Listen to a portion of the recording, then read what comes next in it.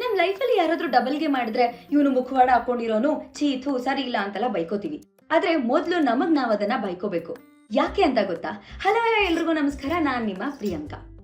ಮೊದಲನೇದಾಗಿ ನಾವು ಆಫೀಸಲ್ಲಿ ಕೊಲೀಗ್ಸ್ ಹತ್ರ, ಫ್ರೆಂಡ್ಸ್ ಹತ್ರ, ಮನೆಯಲ್ಲಿ ಫ್ಯಾಮಿಲಿ ಹತ್ರ, ರಿಲೇಷನ್ಸ್ ಹತ್ರ, ಸ್ಟ್ರೇಂಜರ್ಸ್ ಹತ್ರ ಎಲ್ಲಾದ್ರೂ ಅಂಗಡಿಗೆ ಹೋದ್ರೆ ಅಲ್ಲಿ ಅಂಗಡಿಯವ್ರ ಹತ್ರ ಒಬ್ಬೊಬ್ರ ಹತ್ರ ಒಂದೊಂಥರ ಮುಖವಾಡ ಹಾಕೊಂಡು ನಾವು ಬಿಹೇವ್ ಮಾಡ್ತೀವಿ. ಯಾಕೆ ಅಂತಂದ್ರೆ ಅವ್ರು ನಮ್ಮನ್ನ ಎಲ್ಲಿ ಜಡ್ಜ್ ಮಾಡ್ಬಿಡ್ತಾರೆ, ನಮ್ಮ ಬಗ್ಗೆ ಎಲ್ಲಿ ಬ್ಯಾಡ್ ಕಮೆಂಟ್ ಪಾಸ್ ಮಾಡ್ಬಿಡ್ತಾರೆ, ನಮ್ಮ ಬಗ್ಗೆ ಎಲ್ಲಿ ಗಾಸಿಪ್ ಮಾಡ್ಬಿಡ್ತಾರೆ, ಇವ್ರ ಜೊತೆ ನಾನು ಚೆನ್ನಾಗಿ ಮಾತಾಡಿದ್ರೆ ಇವ್ರಿಗೂ ನನಗೂ ಸಂಬಂಧ ಕಟ್ಬಿಟ್ಟು ಎಲ್ಲ ನನ್ನ ಹೆಸರನ್ನ ಹಾಳು ಮಾಡ್ಬಿಡ್ತಾರೆ. ಈ ಭಯ ನಮ್ಗೆಲ್ರಿಗೂ ಇದೆ, ಹೌದು. ಆದ್ರೆ ಈ ಎಲ್ಲಾ ಭಯದಿಂದ ನಾವು ಜೀವನ ಮಾಡಕ್ ಶುರು ಮಾಡಿದ್ರೆ ನಾಳೆ ದಿನ ಈ ಎಲ್ಲಾ ಭಯಗಳು, ಇನ್ಸೆಕ್ಯೂರಿಟಿ ಎಲ್ಲ ಒಂದ್ ಸೈಡ್ ಕೊಟ್ಟೋಗುತ್ತೆ. ನಮಗ್ ನಾವೇ ಒಬ್ಬಂಟಿ ಆಗ್ಬಿಡ್ತೀವಿ.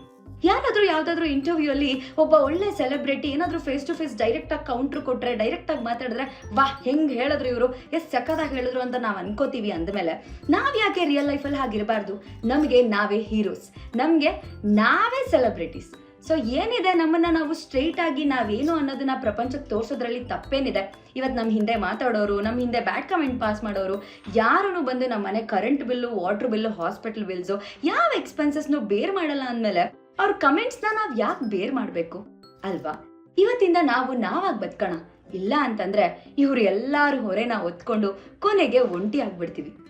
ಏನಂತೀರಾ?